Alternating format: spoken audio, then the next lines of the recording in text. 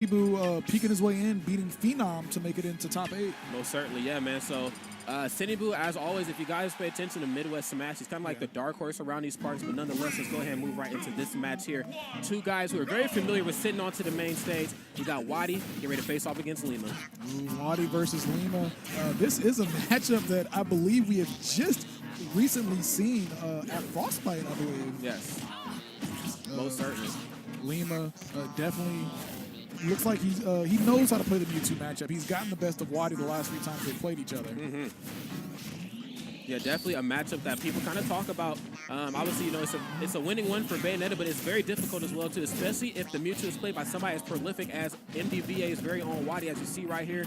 This match kind of sticking, you know, more onto the closer end of things.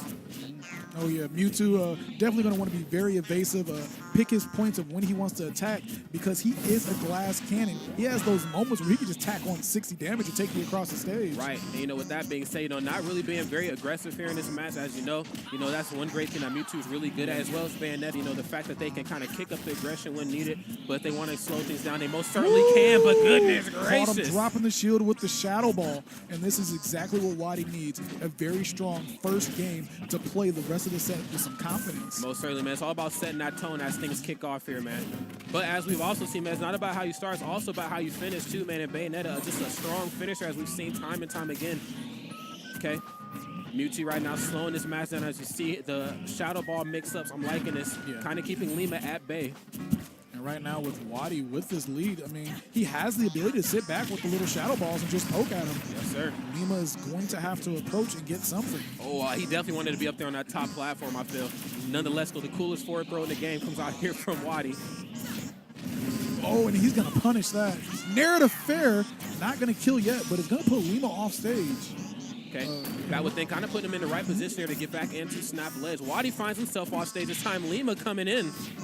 Lima needs to find a way to take this stock from WaDi right now, and that witch twist is just going to toss him back onto the stage.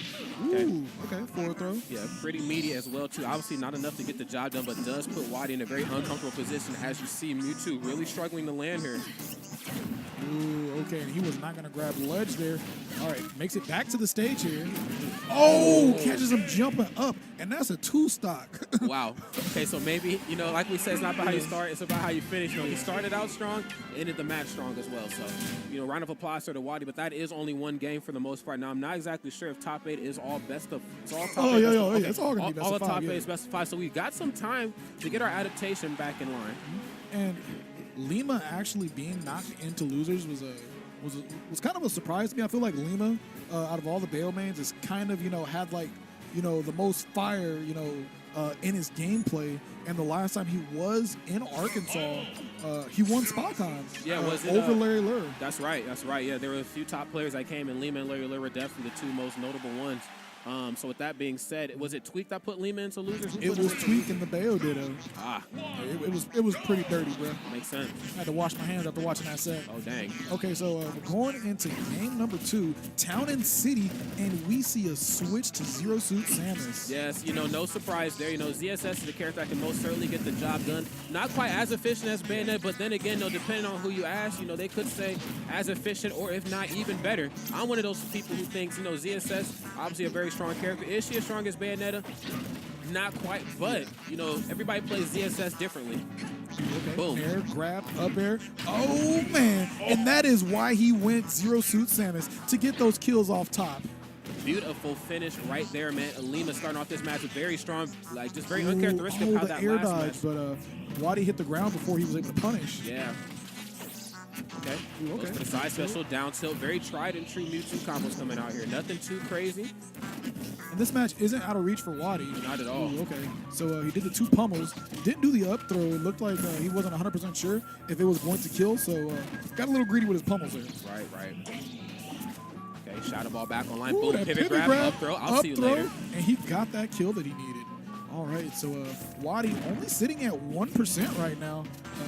Definitely a very doable match for him. Well, certainly, this match staying very close, kind of like I talked about, but I really like how Lima's trying to punish the get-up odds as he understands that WaDi likes to go for a lot of neutral get-ups off the ledge. We've seen a lot of that earlier in doubles, and he feels like if that down smash can connect, he can really set some magic up for him, but he might not even get the chance because what I like to call the Mewtwo is starting to come out here. Yes, that Nair causing so much damage, and he went off stage and fair. It was like, that ledge? No.